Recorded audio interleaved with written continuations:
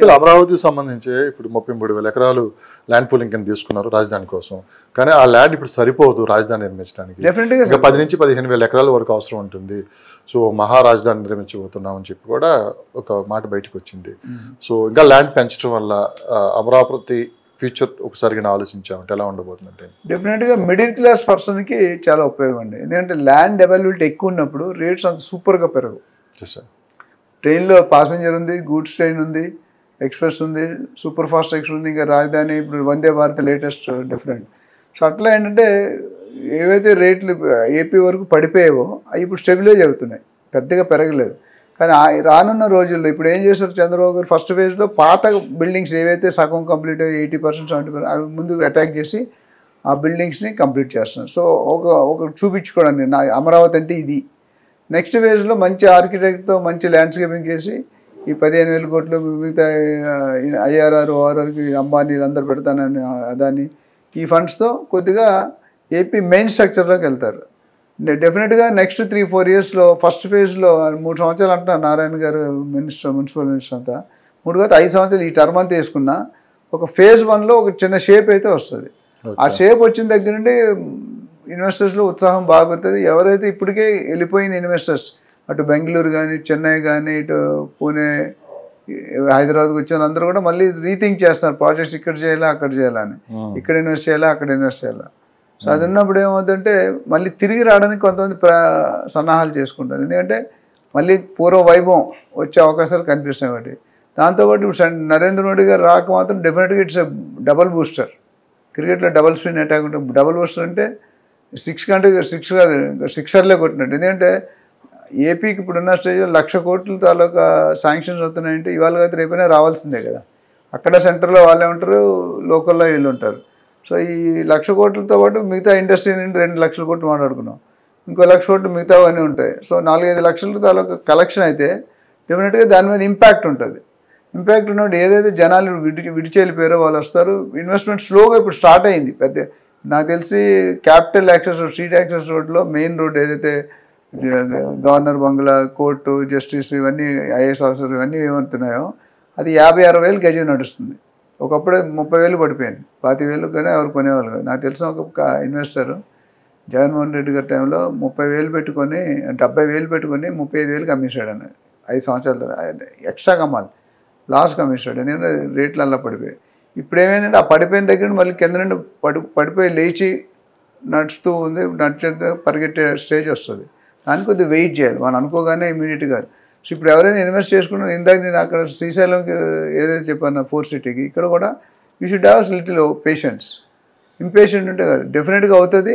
నాకు తెలిసి ఈ 5 ఇయర్స్ అయిపోయేలోపు ఒక అమరావతి ఒక షేపు, ఒక పేరు, ఒక నేమ్ వచ్చేస్తుంది. నేను అక్కడ చాలా డెవలప్మెంట్ ఇన్ఫ్రాస్ట్రక్చర్ మీద ఫోకస్ చేశారు, ఇండస్ట్రీ మీద ఫోకస్ చేశారు, ఫండింగ్ మీద ఫోకస్ చేశారు. ఫండింగ్ వచ్చిందంటే ఇలా వేల ఎంప్లాయ్మెంట్ వస్తుంది.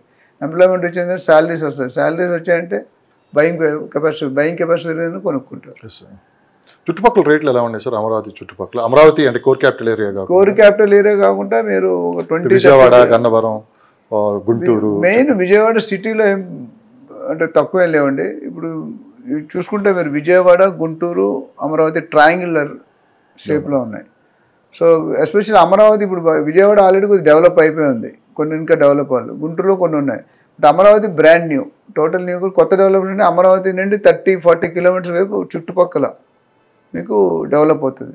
సో నాకు తెలిసి 10-15 వేలు నుండి 60-70 వేలు దాకా ఉంది రేంజ్. అంటే అక్కడ నుండి తగ్గుతూ దూరం వెళ్తున్న కొద్ది మెయిన్ క్యాపిటల్ యాక్సెస్ రోడ్ నుండి తుళ్ళూరు ఉంది.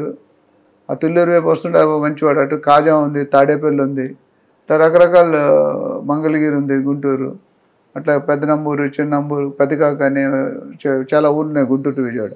సో క్యాపిటల్కి 25-30 కిలోమీటర్స్ డెఫినెట్గా గ్రోత్ అష్యూర్డ్. ఎందుకంటే మీకు 10-15 వేలు దొరుకుతుంది. 10,000కి దొరకడం అనేది great. Capital Amaravati capital 30-40 kilometre. ఇప్పుడు హైదరాబాద్ అంటే క్యాపిటల్ ఇది 100 కిలోమీటర్ వెళ్ళిపోయింది 4 రోజులు. అక్కడ 30-40 కిలోమీటర్ అంటున్నారు, చిన్న ప్లేస్ కాబట్టి. సో ఆ 30-40 కిలోమీటర్ దూరంలో కొనుక్కుంటే చాలా బెటర్. ఎందుకంటే ఇవాళ మీకు తక్కువ రేటు దొరికింది. నా ఫండ్ ఏంటంటే చాలామంది సిటీలో మీకు సిటీలో ఎప్పుడు కొనుక్కోవాలంటే ఉండడానికి ఫ్లాట్ ఉండాలి అనుకుంటే ఫ్లాట్ ఇల్లు కొనుక్కోవాలి. లేకపోతే మీకు రాదు. 4 లక్షలు 3 లక్షలు ఎంతమంది కొనుక్కోగలరు? కొనుక్కోలేరు. అందుకని ఇప్పుడు ఏం చేస్తుంటే సిటీకి మన హైదరాబాద్ అనుకుంటే 50 నుండి 100 కిలోమీటర్, షాద్నగర్ దాటి, అటు సంగారెడ్డి దాటి, సదాశివపేట, జహీరాబాద్, జడ్చర్ల, పోలేపల్లి, అక్కడ దాకా వెళ్ళిపోయింది. 80 నుండి 100 కిలోమీటర్ కూడా ఇన్వెస్ట్ చేస్తున్నాం. అక్కడే మనకి 8,000 10,000 ఉంది. సిటీ వైపు వస్తుంది శంషాబాద్ దగ్గర 2 లక్షలు ఉంది. ఇంకా ముందుకు వస్తే ఇంకా పెరుగుతుంది. సో ఓవరాల్గా ఎప్పుడైనా ఇన్వెస్టర్ లాంగ్ టర్మ్లో ఇన్వెస్ట్ ఒక 10 years హోల్డ్ చేసే కెపాసిటీ ఉంటే సిటీకి డెవలపింగ్ ఏరియాస్, డెవలప్డ్ ఏరియాస్లో కొంచెం లాంగ్ టర్మ్ ఇన్వెస్ట్ చేసే వాళ్ళకి మంచి ఫ్యూచర్ అయితే అమరావతిలో ఉంటుంది, డెఫినెట్గా ఉంటుంది. Okay. So Vizag real estate మనం అనుకున్నంత స్కోప్ ఉందంటారా? ఎందుకంటే నేను రీసెంట్గా కూడా వైజాగ్ వెళ్ళి వచ్చాను. సో పెద్ద ఎత్తున మధురవాడ అటు సైడ్ కానీ, భీమిలి సైడ్ కానీ, సో పెద్ద ఎత్తున వెంచర్స్ కూడా వెళ్తాయి అక్కడ. వైజాగ్ ఏంటి సార్ వైజాగ్లో ఎందుకు ఇన్వెస్ట్ చేయాలి అంటే మీరు ఏం చెప్తారు? మీ ఫస్ట్ పాయింట్ మీరు తెలుసుకోవాల్సిందంటే Vizag is a costless place. Cost of living is more than Hyderabad. చాలా మంది తెలియదు. అవును, వైజాగ్ కాస్ట్ ఆఫ్ లివింగ్ ఎక్కువ. నేను వైజాగ్లో పుట్టి చదువుకున్న కేంద్రీయ విద్యాలయంలో. సో అయినా అయితే ఈ ఎఫెక్ట్లో వైజాగ్ కొద్దిగా ఎస్కేప్ అయింది పక్కనే. ఎందుకంటే దాని గ్రోత్ స్టేబుల్గా అయితే Vizag is a cosmopolitan city.